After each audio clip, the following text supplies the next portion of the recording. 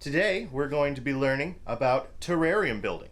And as you know, my name is Sam. I also go by the popular moniker of Captain Duckweed. You can find me on Instagram, Facebook, and YouTube, here at Nerd as well. And we're going to talk a little bit about things to do when building a terrarium, some stuff that I wish I learned early on that I had to learn the hard way. You're going to learn from my mistakes. We're going to talk a little bit about tools before we get started. These are just some simple tools that I like to have around. This is an awl, hard to spell but easy to use. We have a rasp. This is just for filing down foam. Of course, a whisk broom. You should always clean up after yourself. I've got a curved blade for cutting foam. Some aquarium grade silicone, which will be safe for all of our pets. We've got some cork flats we're going to use as the background, some Topsoil, a spade, a C-clamp, which you always want to have, and some foam. So today, we've got this tank. This is an Exoterra, and they come with this fun little fancy foam background. Now, I don't care much for them. They serve a purpose. They're great. You can keep it if you'd like, but today, we're getting rid of it. With this build, you're going to learn to build a terrarium that's going to be around $300. It's going to last a very long time, so long as you take good care of it, and I know you will. Now, when we get started, we're going to remove the screen top. And one of the things that I like to do right away is lay her right down on her back. And this is so that when we're building the background, we always want to mock it up before we glue everything in. If you change your mind while you're doing the build, before you use any of the foam or the silicone, it's easy to adjust here and a lot harder to adjust down the road. There are people that'll tell you there's some technique involved.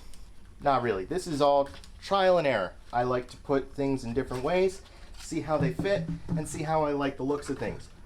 One thing that I've learned is don't get too attached to one thing if it doesn't work with your overall design. It's okay to undo something. If you're trying to make a background work, but things just aren't fitting, and it all comes down to that one piece you really love, then it might be time to remove that piece. It's super important to remember that we are the ones responsible for these animals and their well-being. You can't just build something that looks good and throw any animal into it. It is very important that you think of the animal's needs first, and then the aesthetics can come in afterwards. You can have a beautiful tank and a healthy animal, but the healthy animal always comes first. The animals we're going to put in here, the little lizards, they like to climb around, so we need to keep that in mind. We're going to have plenty of arboreal spaces as well as land spaces for them to work with. Wish these were easier to.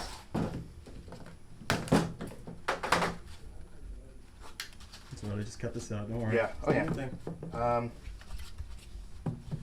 So one thing that I like to do with backgrounds is you don't want to just have a flat setup where it's very monochromatic, everything's the same. You want to add some texture, some color, a little bit of pizzazz, and different ways to really make this project your own. Now, I'm probably not going to attach this piece to the back. It's a very lovely piece. You'll notice it has no real straight cuts, which I like. So I might save that and just put that in the foreground.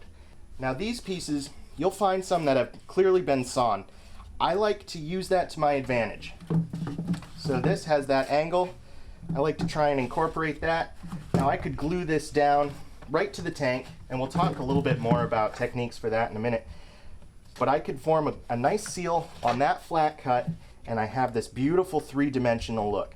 Now if I slide this down a little bit from the top, remember this is the top of the tank, I could turn this into a lovely little planter, and I just might do that. You'll notice that while I'm building this tank, I put things in, I don't like them, I take them out, I try a different position, I put things back, and I take them out and I try again.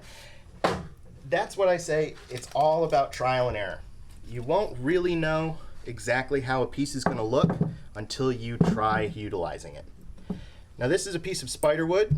You can see it also has a very beautifully flat cut edge. I'm going to try and use that to my advantage because it will bond quite nicely with the silicone. This is a good point to mention something that I learned in a very hard way. Silicone sticks to glass. We know that because that's what makes an aquarium.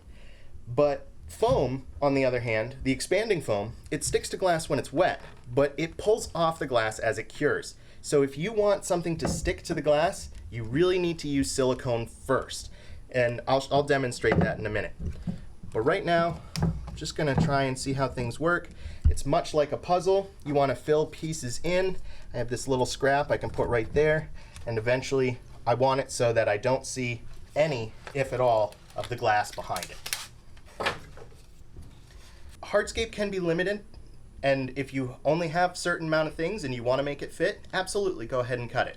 Myself, you can always make a piece smaller, but you can't make a piece bigger. So I try to work with other pieces to see what fits where before I make any cuts, because like I said, you can't undo a cut. So really want to make sure that you are committed to that design before you go ahead and trim a piece. So this one, kind of put that there. Not entirely sure how I feel about this, but we're going to keep going and just fill it in and see what we think. Now this piece, you can see it's got a flat cut there and a flat cut there. Now in nature, you're not going to see these flat cuts. So I'm going to want to hide this as best I can within the build. And there are a few techniques. One of those, you may remember a tool from earlier, this is the wood rasp. It's just a very sharp, bumpy, coarse file. And sometimes, if I have a flat edge that I want to hide, you can just rasp the cork down and kind of take away some of those right angles. But I don't know where I want this yet, so I don't know which side I'm going to want to do that to. So, after a while of trial and error, putting things in, taking things out, starting completely over from scratch, I finally got an arrangement that I think I like. So what we're going to do, and nothing is stuck in place, so everything can be removed. So what I'm going to do is I'm going to start removing pieces, and I want to keep track of where they were. And we're doing this so that we can access things, so that we can start to silicone in stuff and get it nice and solid. Move this piece out. And I like to start at the farthest point from the opening and work my way back, which in this case is going to be the bottom of the tank since I'm accessing it from the top. Slide this guy out. So I'm going to start with these three pieces. And actually this one I'm not going to affix to anything. It's just going to be setting in there. So we're going to start with these two. Now you're going to take your aquarium grade silicone, that way it's safe for all pets involved. I'm just going to move this guy over a little bit and keep track of where that is. Now remember, this guy has that nice flat cut. So going to administer some silicone. The thing about glass is not everything likes to stick to it. There are some things that do, and quite a few things that don't. Now when you picture an aquarium, like an actual fish tank, that is held together by different pieces of glass bonded with silicone. So we know that silicone sticks to glass because of that. When you use expanding foam, like what we're about to use, that, while it sticks to glass when it's dry, it doesn't, or when it's wet rather, once it cures, it loses that ability to adhere, and then it can move all around and even peel off the back and fall forward through the glass, which we'd like to try to avoid at all costs. So I've got my main support being the silicone. I've got that in now. I've got these pieces. So what I can do, you'll notice there's still a lot of space between the bark, the wood. There's a lot of visible glass. So now you're going to take your foam.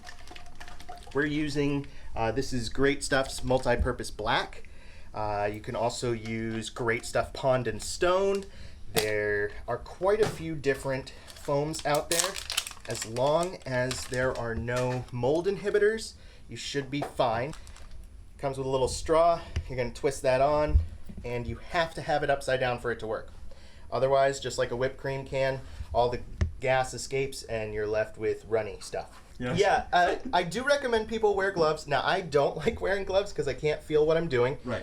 But if you have a dress gala coming up that week, it's a good idea to wear gloves because it doesn't come off. This is from a little over a week ago.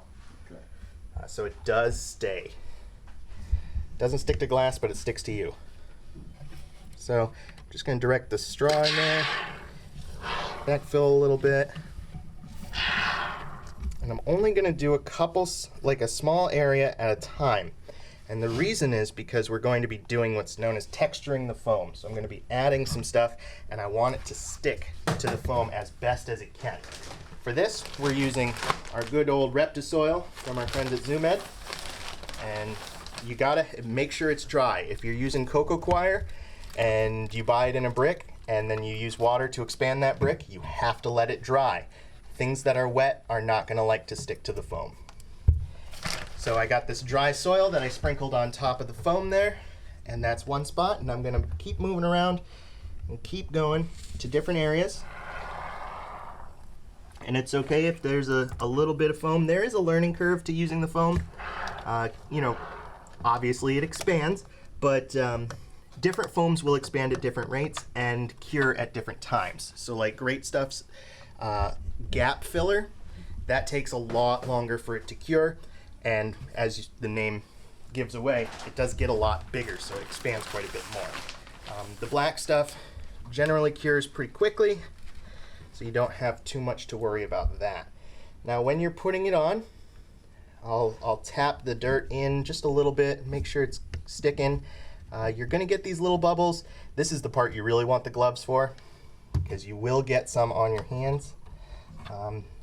But I normally let it sit for just a couple seconds, maybe even up to a minute or two. It will develop a bit of a skin over it, and then you can poke at it a little bit better. And the reason I'm talking about poking at the foam is as it expands, sometimes it can expand a little further than you were hoping it would go. What's great about this stuff is you can essentially deflate it a little by patting it down once it develops that skin. And then you can, as long as you're watching it and you don't disappear for too long, you can really dictate how thick and how fluffy you want the foam to look. So if you were to do just a solid glass background for a tank, you could make a flat textured background with the foam just by patting it down as it expands. And I'll use that technique to cover some areas that I don't want things to stick out too far, or if it's a really shallow tank and I need all the space I can get, I'll really tap that foam down. So you want to make sure any angle that you can see the foam from, that you have it covered with something. And don't worry, if you miss a spot, that's fine. We'll talk about ways you can cover that up later. Finally figured out how we wanted it. We've got these beautiful pieces of spider wood, lovely pieces of cork. We've got a couple built-in little planters right here. We got one there, and we've got a nice big one here. So now we're going to start with the base layer. We're going to add some drainage. We're using these clay pebbles. You don't need to rinse them.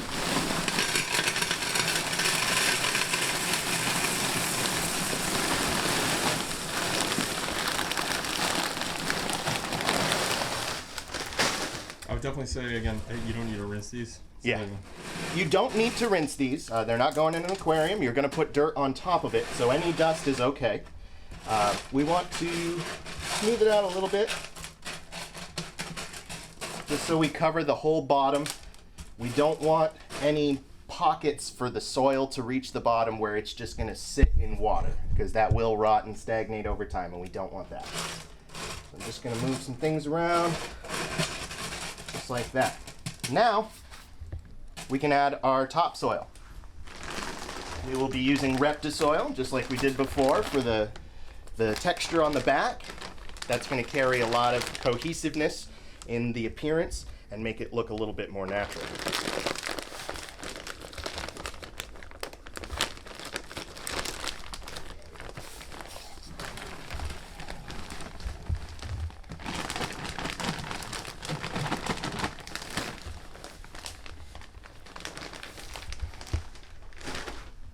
Alright, so we're just going to smooth that out.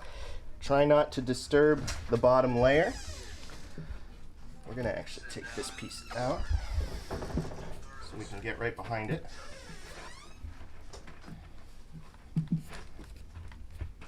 Going to add a little bit more.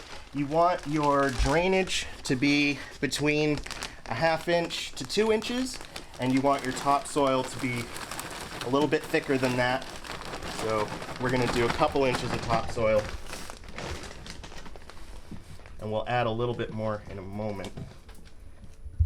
I like to build a little bit of an incline. It just gives a appearance that the tank goes back further than it actually does. When you're building planters in your terrarium, there are quite a few different techniques people will do. One of which is what I personally find to be a terrible method, is they'll take a little pot from their plant, sometimes a net pot, and they'll put it in and they'll foam all around it. And while that hides the pot really nicely, it really limits the ability for the plant to grow. So what I like to do is what I call an open-ended planter, and you'll notice this goes all the way down to the substrate. What I'm going to do is I'm going to actually fill that with dirt and a little bit of drainage just to keep it airy, because you don't want a real tight mixture, and I'll be able to plant something here. This is going to give us a lot more room for roots to grow, a lot more room for bioactivity with the little bugs, and we're going to get a much healthier and nicer plant because of all that space the roots have. When we're filling this bottomless pitcher, so to speak, we're going to use a mixture of a little bit of drainage and a lot of soil. So I might just scoop it in instead of pour it, like so.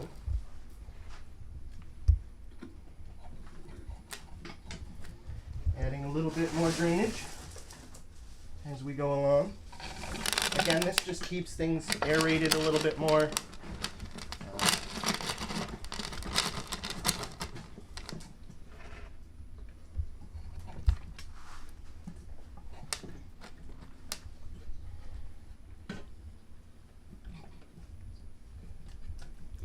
So we're not packing it down, keeping it nice and loose. If you pack it down, you're going to get anaerobic pockets, you're going to get root rot, and nobody likes that. So. Okay, so you go. You'll also notice that we can see right through this glass. Sometimes I like to do that in builds. It kind of gives a little added layer of depth, and you can even backlight it to make it look like it goes even further back. So we've got our planter filled. I'm going to put a little bit of soil in this top planter.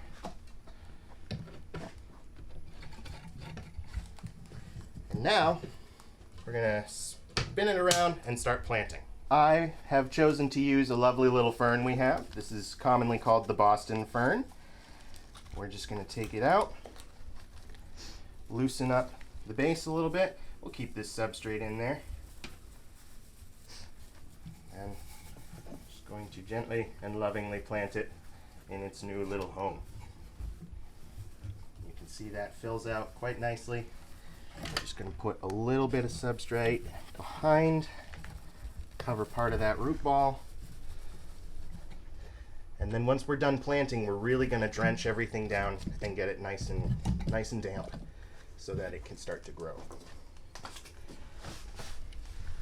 Now, right here we have a lovely species of Peperomia, and that's with an M, not an N. And I think that I will use this more as a ground cover. So I'm just going to put it right there for now. This here is one of my personal favorite members of the fern family. This is a Splenium Nitis, or the bird's nest fern. And they grow up in pockets of trees as an epiphyte. So I am going to plant this guy right up here. So an epiphyte basically means that this particular plant likes to grow on something else. In this instance, this epiphyte would like to grow on other trees. If something likes to grow on rocks only, it's what's known as a geophyte. So these are just things that meaning that it likes to grow on something else, not necessarily plastered into the ground. But you can see these growing on the forest floors in a lot of rainforests and things like that around the world. So it's a very versatile plant like that. Over here, another versatile plant that's known for climbing everywhere, whether you like it or not. We have a little Philodendron, also sometimes called the heart-shaped leaf. And this plant, as you know, it's going to run and run and run. So I am going to put it right over here. What do you mean by running? Running, it's a vine. So it's going to want to trail all these different places. We've got these little cuttings, and each one can grow into a really long rope that are meters and meters long. So I've got all these lovely little cuttings, so what I'll do is I'll probably put a few in different spots, and that way when it matures, we'll start to get some really nice ground cover. And I like to, even though we spend all that time building such a beautiful background, I like to hide it with as much plants as possible. Because for me, that's what looks most natural. Just a lot of plant cover, just like you would picture in a rainforest. But I don't want it just to be plants on the bottom, so I'm going to add this piece of cork that we saved earlier. Remember, it's got this beautiful raw, rough edge. There's no flat cuts on this piece, so I wanted to use it as a nice hide somewhere. And then we have this lovely begonia here. This is Begonia Maculata, and it has these wonderful little white variegated spots on it. Beautiful plant. You can see it likes to trail, so it has these long runs, and it looks kind of like a vine. It's not really, but it does have vining qualities. So we're going to gently remove this from the pot, and I'm going to put it right back here. And this is going to fill into a really nice bush. It's going to climb up the side of the tank, grabbing onto that cork, and it'll look really nice once it's nice and mature. Nice, healthy, big one. I'm just going to fill this back spot. Remember, we're not tamping the soil around it, keeping it nice and loose and airy so it can grow. Put this one right here. And you see how we can cover a lot of our bark already with some of this beautiful foliage. Put you right here. And it's amazing how just a few plant species can really transform the look of any tank. It's important, just like with the animals, when picking the plant, you think what each species is going to need.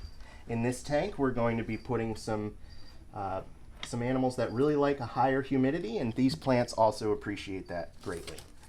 You'll notice I didn't fill the front of the tank all the way to the top. I feel this also helps trick the eye into thinking there's more space in the tank than there actually might be. And I also, a personal preference, I don't like a straight substrate line. It's kind of distracting and unnatural looking. So I try to put, a little bit of a peak or a valley and just anything but a perfectly straight line. Then back to our Peperomia. This is a lovely little plant that likes to creep along. You see it's got these runners, but they don't necessarily attach to much. It's more of a cascading type of plant. We're going to put it right here in this front corner. So continuing with epiphytes, we have these lovely air plants that are also known as tillandsias. These are Ionatha. We have Ionatha Fuego, Ionatha Orange, and Ionatha Guatemala. You'll never guess where that one's from. Now, when you're putting these into the tank, some people will use glue or pins. I prefer to just find a spot that accommodates them and nestling them in very gently. If you glue them, wherever the glue comes in contact with the plant, it will rot a little. So I try to avoid that if I can. You can do something as simple as just resting it there, or if you want to get a little bit more into it, you can find a little area. Let's put the orange, and you can just gently put it in. You don't want to squeeze it, you don't want to pinch it, because that will damage the plant. These are very fragile. So we're just, even here, I could just barely squeeze it between there. I don't know that I like the looks of that, but that's an option you can do. So now that we have everything in here, well, almost everything that we're going to do for now, remember, it's very important, just like with house plants, you really want to give them a good shower when you do some planting. We're going to spray everybody down.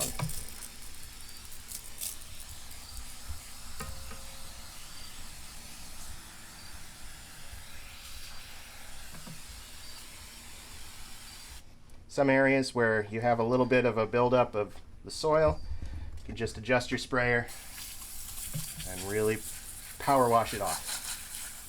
And that's okay, because we're saturating the soil right now. We want to make sure there's plenty of water for anybody who wants it. Lock it in place.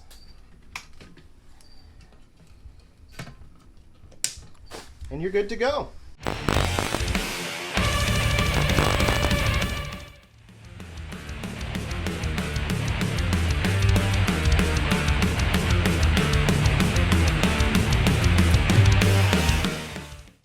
turn my camera on, dude.